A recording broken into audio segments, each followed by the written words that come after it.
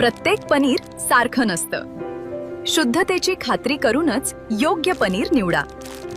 गोकुळ मलाई पनीर हे शुद्ध दुधापासून तयार केलेले आहे, त्यामुळे त्यात नैसर्गिक दुधातील फॅट, प्रथिने आणि कॅल्शियम भरपूर प्रमाणात मिळते। काही पनीर वनस्पतीजन्य तेल, स्टार्च किंवा इतर घटकांपासून तयार केलेले असू शकते। म्हणून ग्राहक म्हणून जागरूक व्हा आणि पनीर घेताना गोकुळच मागा। शुद्धतेचा विश्वास, चवीचा आनंद।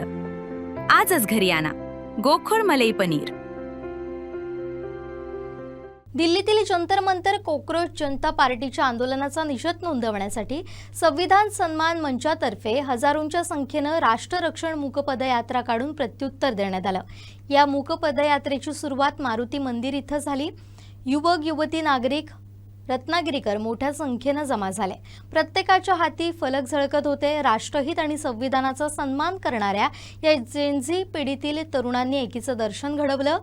मारुती मंदिरापासून सुरू झालेल्या मूक मोर्चाची सांगता भारतरत्न डॉक्टर बाबासाहेब आंबेडकर यांच्या पुतळ्या शेजारी सभेने झाली।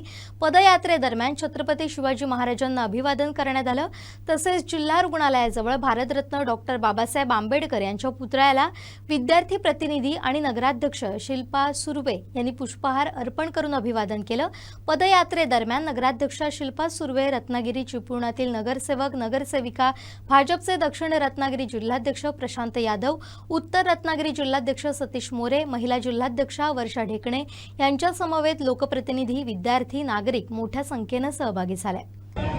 नीट परीक्षेच्या पेपर फुटीमुळे देशामधलं जे वातावरण अस्थिर झालं होतं, लोकांमध्ये जे संभ्रम अनेक होते, अनेक गोष्टी चर्चा येत होत्या, सोशल मीडियातून अनेक गोष्टी लोकांसमोर येत होत्या। त्यासाठी आज रत्नागिरीतील युवकांनी संविधान सन्मान मंचाच्या वतीनं आज एक मोठी रॅली काढली।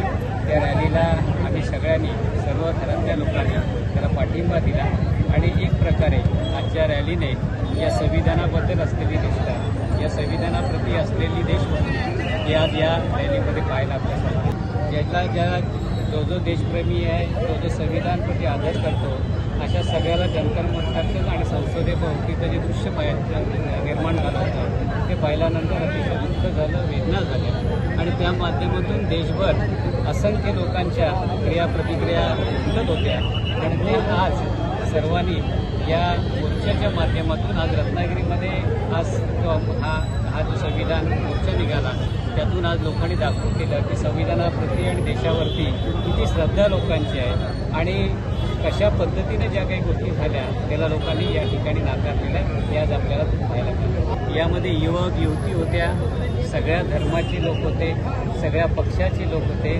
सर्वजण जाती भेद विसरून संविधानाप्रती आज निष्ठा दाखवण्यासाठी या ठिकाणी जमलेले होते आणि मला खरं धन्यवाद द्यायला लागेल संविधान मंचाला की त्यांनी हा मोर्चाचं आयोजन करून जिल्ह्यात एक वेगळ्या प्रकारचा मेसेज दिला। आज रत्नागिरीमध्ये सगळ्यात भव्य आणि दिव्य अशा पद्धतीचा संविधानप्रतीचा मोर्चा झाला। या मोर्चामध्ये सहभागी झालेल्या सगळ्यांचं खरं मनापासून आभार मानायला पाहिजे, कारण हा संदेश आज जिल्ह्यात नव्हे तर महाराष्ट्रात आणि देशामध्ये जाणार आहे आणि त्यामुळं या संविधानामध्ये सामील झालेल्या सगळ्यांचं खरं व्यक्त करणं अनिवार्य आहे।